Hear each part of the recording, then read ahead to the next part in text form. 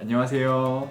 유전치학회 소식지 이번 호로 연구재단의 차세대 바이오단 단장님 남진우 교수님을 모셨습니다. 교수님 안녕하세요. 안녕하세요. 저희 이번부터는 좀 재미있는 인터뷰를 표방하고 있기 때문에 좀 편안한 인터뷰. 네, 벌써 재밌습니다. 벌써 재밌습니다. 다행입니다.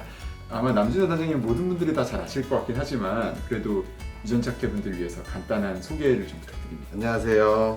연구재단 차세대 바이오 단장을 맡고 있는 남진우입니다. 한양대학교에서는 생명과학과의 교수로 재직 중에 있고요. 작년 12월 18일부터 연구재단의 파견으로 단장직을 시작하고 있습니다. 차세대 바이오단이 뭐라는 곳인지. 차세대 바이오단은 말에서 보다시피 앞으로 중요한 전략적인 분야들을 찾아서 지원하는 바이오기술단이라고 보시면 될 것 같은데요. 실제로 연구재단 국책사업본부에는 3개 바이오기술단이 있어요. 뇌첨단 의공학단, 그다음에 신약단, 차세대 바이오단이 있는데 실제로 그 바이오 소재 데이터부터 시작해서 첨단 GW 바이오, 식물하고 미생물, 마이크로바이옴 연구, 그다음에 바이오 의료 기술 개발 사업의 첨단 바이오 또는 다중오믹스, 단일세포 이런 사업들 다 차세대 바이오단에서 맡고 있는, 그래서 굉장히 그 분야가 넓은 사업단 중에 하나라고 보시면 됩니다. 사실 유전치학회에 가장 어떻게 보면 관심도 많으실 것 같고 지금 의미 있는 사업을 이끌어주시는 단이 아닌가 해서 이렇게 처음으로 이제 모실 생각을 하게 됐었고요. 차세대 바이오단의 이 디지털 바이오라는 게 중요한 키워드 중에 하나가 맞죠? 네, 맞습니다. 디지털 바이오는 지금 어떤 것들을 의미하나요, 정부에서는? 그 바이오는 지난 100년간 연구 시설들이 거의 변화가 없었어요. 그런 연구실들의 현장을 보면 굉장히 표준화가 안 되어 있고 노동 집약적이고 대부분의 연구 어떤 활동들이 굉장히 비효율적이죠. 왜냐하면 휴먼 에러를 인정을 하기 때문에 반복 실험을 해야 되는 게 너무 당연하게 받아들여지고 그게 사실은 이제 비용이 증가가 되는 비효율적인 구조가 되겠죠.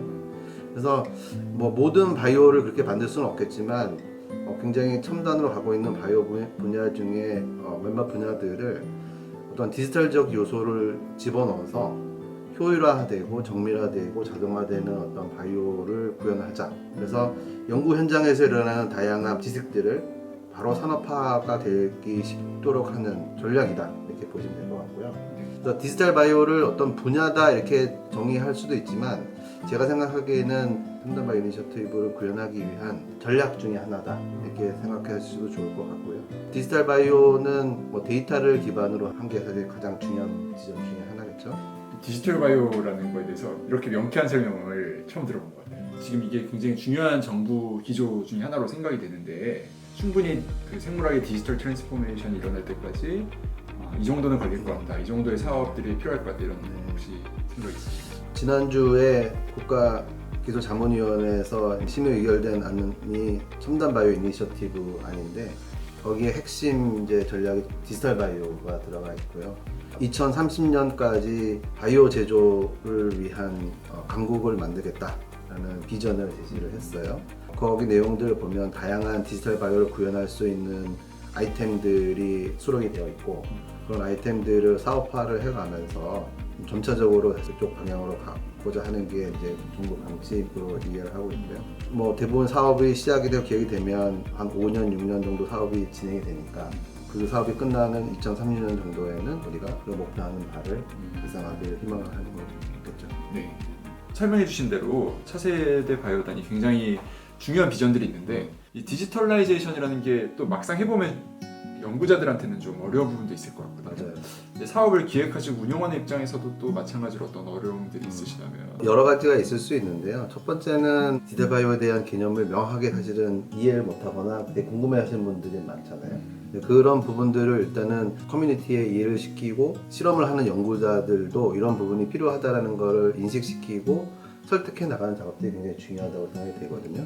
그런 어떤 연구 프로세스 자체를 디지털라이즈를 하는 게 첫 번째 단계라고 저는 생각이 되고요. 두 번째는 아까도 말씀드렸지만 스마트 랩들 뭐 이런 것들을 만드는 게 중요하다고 생각되는데 그런 부분들은 사실 바이오랩 전체에 해당이 되는 부분이 아닌가. 네, 맞습니다. 네. 두 번째 좀 어려운 점들은 이거는 이제 업무와 관련된 부분인데 굉장히 좋은 사업을 기획을 해도 그 사업을 잘 수행할 좋은 플레이가 없다면 그 기획은 사실 의미가 없는 거잖아요. 네.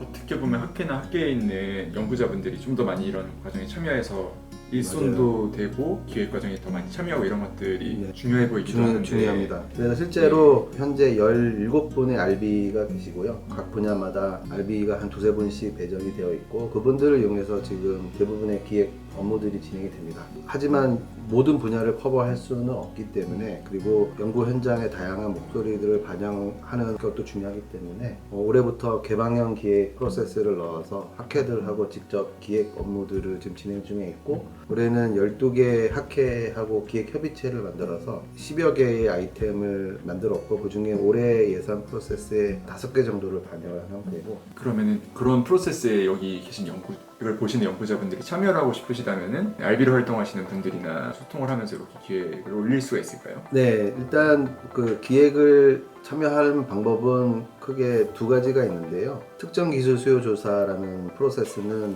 2월 말에 기획 마루를 통해서 기획 보고서를 제출을 하는 프로세스인데 연구자 어느 누구도 사실 제출할 수 있는 프로세스고요. 제안을 하면 3월 초에 RB 분들하고 다 모여가지고 좋은 아이템들을 골라서 이제 기획을 시작하게 되고요. 또 다른 프로세스는 학회마다 이제 좀 상황은 다를 수는 있지만 뭐 정책위원회나 아니면은 학술위원회나 회장단에서 직접 대응을 해가지고 네. 기획위원들을 꾸려주는 그런 프로세스가 있고요. 그래서 그렇게 해서 진행을 하고 있습니다. 굉장히 꿀팁인 것 같습니다. 사실 저 같은 임용된 지 얼마 안 된 교수들은 이런 프로세스를 잘 모르기 때문에 네. 굉장히 막연하게 생각을 하게 되더라고요. 잘 들어보시고 좋은 아이디어가 있으신 분들은 그런 프로세스를 통해서 네. 이렇게 해보시면 좋을 것 같고요. 네, 연구재단 네. 기획마루입니다. 네. 뭐 중요한 이야기들을 많이 한 것 같고요. 좀 그 단장님 개인적으로도 궁금한 것들이 좀 있는데요. 이거 학회분들이 많이 궁금해하신 건데 굉장히 많은 일들을 하시잖아요. 맞아요. 학회 일도 하시고 단장님도 하시고 사실 그 동시에 연구도 굉장히 잘 하시잖아요. 이 비법이 무엇인지 궁금해하시는 분들이 굉장히 많았어요. 시간 관리의 비법이 있으신지. 네. 비법은 없습니다. 비법은 없고요. 시간을 많이 쓰는 수밖에 없는데요. 와이프를 힘들게 하는 가족한테 시간을 많이 못 쓰고 있다 이게 사실은 가장 큰 이유인 것 같고요. 다만 이제 연구는 병행을 계속 해야 되기 때문에 굉장히 애로사항이 많이 있습니다. 열심히 살아라. 네, 열심히 하루에 한 5시간 평균 자는 것 같아요. 아이고 네, 건강 관리를 잘 하셔야겠네요. 네, 건강 관리가 문제입니다. 연구실 얘기를 하셨으니까 네. 잠깐 여기서 연구실 소개도 좀 해주시면 좋을 것 같고 연구 분야 원래 네, 하셨던 네, 것들에 네. 대해서도 소개를 해주시면 좋을 것 네. 같은데요. 우리 연구실은 우리 학생들이 초기에 이름을 연구실 이름을 줬는데 바이오 인포메틱스 앤 지노믹스의 약자가 빅랩인데요. 실제로 빅데이터를 다루고 연구를 하고 있습니다. 굉장히 좋은 정말 좋은 이름이네요. 네. 바이올로지 연구를 하기 위해서 필요한 바이오 인포메틱스나 AI와 같은 기술들을 직접 개발을 한다거나 활용하는 연구들도 이제 동반하고 있고요. 연구의 현재는 한 60% 정도는 RNA 관련된 연구를 하고 있고 40% 정도는 지노믹스와 관련된 연구들을 하고 있습니다.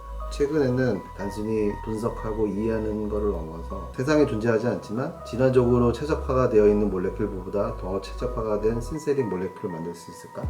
뭐 이런 질문을 가지고도 연구를 계속해서 해보고 있습니다. 일종의 합성 생물학을 새롭게 그쵸. 열어가는. 어떻게 보면 합성 생물하고도 네. 맞닿아 있는 부분이라고 볼 수 있습니다. 단장님 연구실에서 알고리즘도 직접 개발하시고 너무 재미난 AI 기반의 연구들도 많이 하시고 그러셔서 전 당연히 컴퓨터 전공이신 줄 알았어요. 저에 대한 관심이 없었군요. 좀 부족했습니다. 네. 사실은 바이오로지 학부를 했고요. 서울대학교 컴퓨터학부의 인공지능 랩에서 박사일을 하면서 생물정보학을 공부를 했습니다. 프로그래밍은 대학 시절에 군대를 가가지고 군대 사수가 아래아 한글 개발자였어요. 그분한테 프로그래밍을 배웠고 대학 졸업하고 연구소에 취업을 하면서 실험도 하고 데이터 분석도 하고 하는 일을 하면서 바이오인포메틱스 분야를 알게 됐던 것 같아요. 가장 효율적인 군 생활을 보내신 분 중에 네, 하나가 아닐까. 맞습니다. 터닝 포인트 중에 하나라고 저는 생각합니다. 아무나 갈 수 없는 길인 것 같지만 사실은 많은 학생들이 또 생물학 전공하고 나서 인포메틱스의 길로 가고 싶어하는 학생들이 많기 때문에 네. 또 이런 말씀을 들어보면은 희망도 갖고 또 열심히 하다 보면 이렇게 디지털 바이오를 이끌 수도 있다 이런 네, 메시지를 그건, 줄 수 있을 것 같고요. 과찬인 것 같습니다.